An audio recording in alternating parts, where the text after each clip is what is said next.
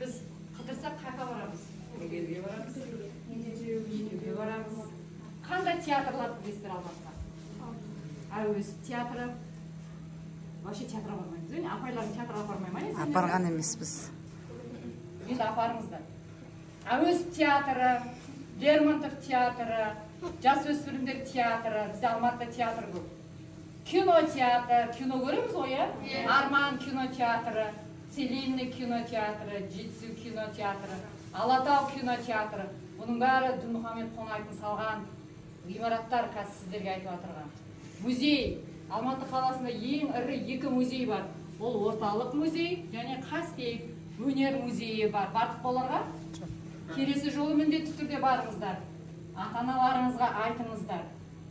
Музейге, театрға барған бала рухани байлығы өте жоғары болады.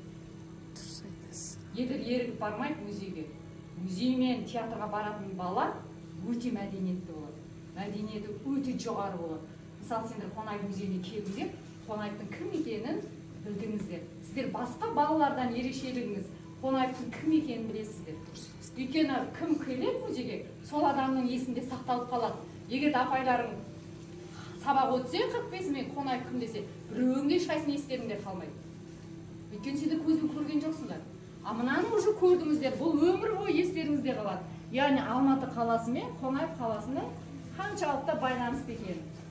Алдарыңызда тұрған Запад, білесіздер, Горький парк, Панфилов паркі, білеміз ғой, барып жүрген жерімізде. Осының барлығы гостиница, мысалы Қазақстан, циркті білесіздер, барып жүрген жерлеріңізде. Міне, осылардың барлығы түгел кім салған? Дінмұхамед Қонаевтың тұсында салынған ғимараттар. Яғни 60-шы жылдан басталып, 80-шы жылдың ортасына дейін. Біз сол үшін аны қойдық сендерге, түсінікті болу үшін. Кейін экскурсия біткеннен кейін, мына арнайы экрандар бар.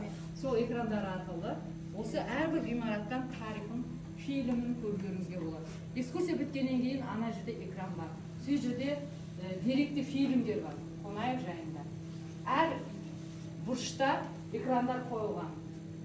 Мұнда да сондай. Кейін бейт парақтап, ішін көріңдер, ақтарыңдар. Не мынау, не жазылған.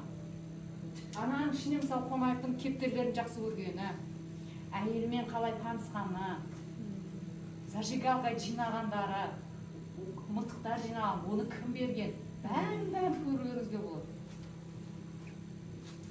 Енді келесі Алматының түсіндігі, енді келесі қару-жарақтарға келеміз.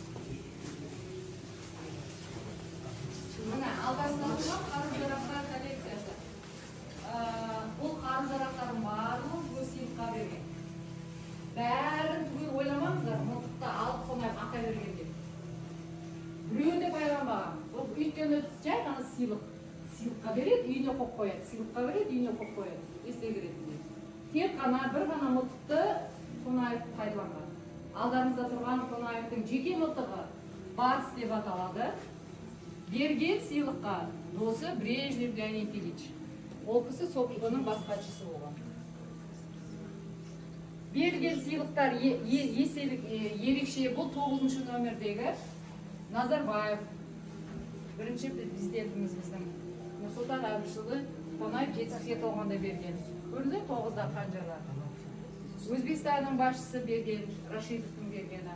Мына еттің тұяғынан жасалған ерекше пышақ көргендер, сонау Испаниядан келген пышақ, 6-шы номердегі.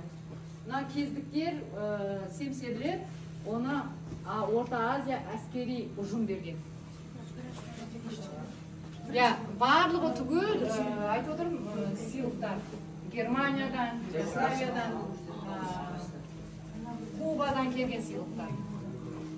Бұл енді түсінікті. Келесі. Енді жұбайына келейік. Вообще жұбай кім болған? Қонаев не үшін 50 жыл бірге өмір сүрген бұлай ме?